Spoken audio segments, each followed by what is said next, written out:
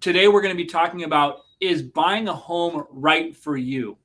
My name is Kevin Brierton, certified mortgage planning specialist, and I'm here with Ed Durham with North & Co, amazing realtor. Hi Ed, how you doing today? Hey Kevin, how you doing? Doing great. Excited to talk to you about, is buying a home right for you? So let's jump right into it.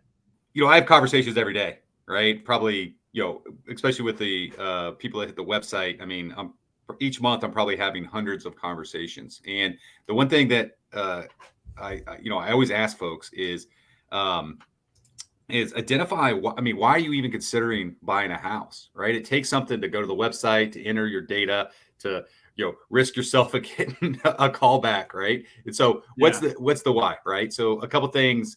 It's usually a financial and a lifestyle, right? So there's so many financial benefits to owning a home, right? So Yeah. so we look at it's really the one asset that you could borrow as much money and get the biggest bang of return, right? So you're thinking of hundreds of thousands of dollars that people will buy because they know the stability and the sense of pride and the cornerstone that home ownership offers a family or a person. So that's the one thing, right? Talk about financial. Then the other thing, you talk about lifestyle, right? Man, you get a house, it's yours. You get to decorate it how you want. You get to uh, host holiday parties, right? You're not locked into some sort of restrictions from some other owner of this place. That's yours. And then, lifestyle wise, this becomes a memory, a place for future generations to come. Yeah. Stuff of that nature. Now, so that's usually a why, and then we dissect down, kind of, what's the specifics on that.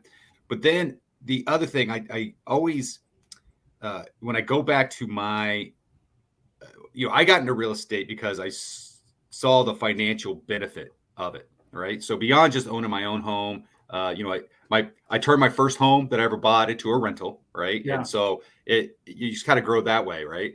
So So Ed, you yeah. mentioned about financial stability, and Hmm. also, one of the things that I am talking a lot of people about is, I'm the type of person that I don't want to push something into their face that they're not comfortable with, and telling them, hey, Yeah. you have to buy right away, otherwise, the world's going to end, or something where I'm pushing them onto something. But here's the thing, I I personally have seen people's lives being impacted by what it means to have a house. So, for example, I just talked to a client of mine that we helped buy a situation about 6 years ago, Mhm. and their house payment is $1,000 a month right now. Okay, Oh wow, if they were that's to awesome. buy today, that same property would cost them about $2,500 a month.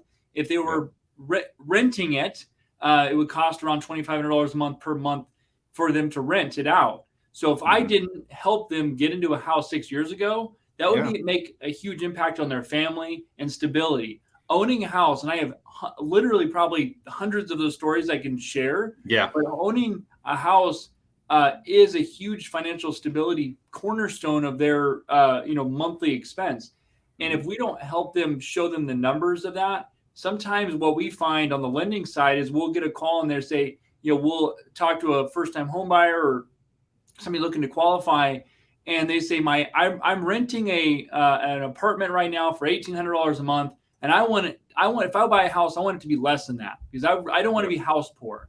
Hmm. What are you saying to that, and to those clients that we're talking to? What's the best way to overcome that, and just help them with that concern, really? Well, so I experience from both sides. As I shared, I'm a real estate investor. I have rentals, right? And every time a lease comes back on my rental, my property manager says, "Hey, this is what the market supports," and rent prices are going up, man. And I'm Yeah. like, sometimes I'm shocked. I'm like, really? We can get that for that home? And and so that's just what people, it, you know, renting. You're just at you're at the uh, just at the effect of what the market is on that, what the Yeah. rental market is. Now, getting into a home, for one, it just locks the price, right? You could start budgeting around a monthly payment here. Yeah, taxes might increase a little bit, your insurance might go up a little bit, but but you're not talking about like 10, 15%, increase Yeah. in your monthly expense on that. So that's the main thing too. Now, and then back to so this is the thing too. I never want to squash the excitement of getting into a home, right? Because I mean, it is. You're like, oh my gosh, it's a big step. We're, making this financial cornerstone happen in our life. But it is also my responsibility as the realtor, the financial, the real estate advisor, so to speak, to give you every reason not to buy the house, right? And if you still decide that it's still in your best interest to do it, then yeah, we will go and negotiate the best deals, structure, find the best financing.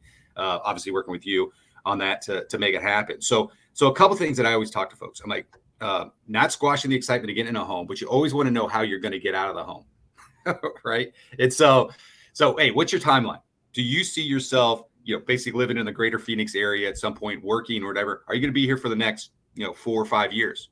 Then yes. Okay. If that's the case, then dude, get into a home. Get into a home. It's even if you pay full price for that house right now in today's market, lock in the current payment.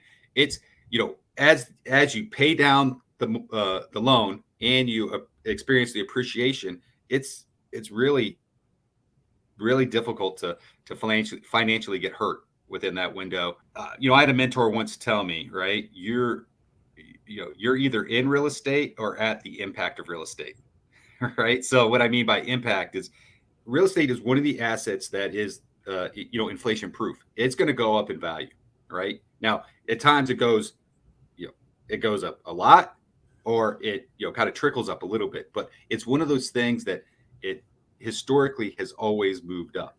All right. So the house that you're looking at today is going to be more expensive tomorrow. Right. So Yeah, and housing has been strong. Out of the last 8 recessions, housing has done well, other than the one during 2008 subprime. And the subprime situation was actually less about subprime mortgages, even though those were obviously an issue. It's actually more about supply and demand. We had way too much supply on the market in 2008, because if you think about it, if there was demand to gobble up those houses, then we wouldn't have had the foreclosure issue and houses sitting for so long on the market. People would have gobbled it up. But it's actually because of supply. And you probably know more about that as a realtor as well. But that's really the key. Housing market typically have always done well through recessions. And that's what we're expecting during this time as well. What do you think? Yep. No, I agree. Well, even if you go back to the craziest housing crisis that we've ever had, and if you looked at somebody that bought at the very peak of that market, and you were to graph it out, they would still be ahead, as today, if they just kind of stuck it out here. So I think that's just a testament to how viable and solid of investment that being in a home is. I mean, again, if it's long term. Right now, the big Wall Street companies, including Warren Buffett and others, are betting on real estate. They're actually buying real estate right now through this downtime. And obviously the market has dropped a little bit, but what we look at is this correction. We're talking in December 2022. This correction due to interest rate hiking was really necessary for affordability. We've started already seeing affordability come back a lot. And with rates starting to dip a little bit, we expect rates to continue to dip, not a crazy amount, but stay on the lower side. But here's a question I have. So there's a Fannie Mae article that just came out a few months ago that they talk about possible rates, dipping back into the mid 4s. And I just think, man, what will it look like if rates come back down to that range? And I'm talking to buyers right now about this, and I said, you don't want to be competing in that 2000, like a market like 2021. You don't want to be a buyer competing in that market, because there is a lot of reasons to buy. The challenge is that gets overshadowed by the competitiveness sometimes of an extreme seller's market. Right now, we're in a balanced market. It's favoring buyers. So you can get in and negotiate things like a new roof, or you can negotiate home repairs, or maybe money towards closing costs, and do a seller Yep. buy down to get your payments down for the first couple of years. Huge impact to the affordability and what you can do. And then we can focus on why you're buying, like on non-financial things like you hit on, providing freedom and control of your space. I think that's super important. Hey, you want to go put a barbecue pit out back? You can go put a barbecue pit out back, right? Yeah. And then greater sense of pride, like you could put your family's pictures up and know you don't have to move them every year or two. And then community engagement, like when you can be in a community and know that you don't have to move your kids to another school because you may not be able to afford that area in a couple of years. Man, how awesome would it feel to help? It's just so exciting to get clients into those positions to, be able to grow their family, and so much more than financial, but the financial is the cornerstone of it, because if they can't afford the payment, it becomes very difficult for them to remain in the house.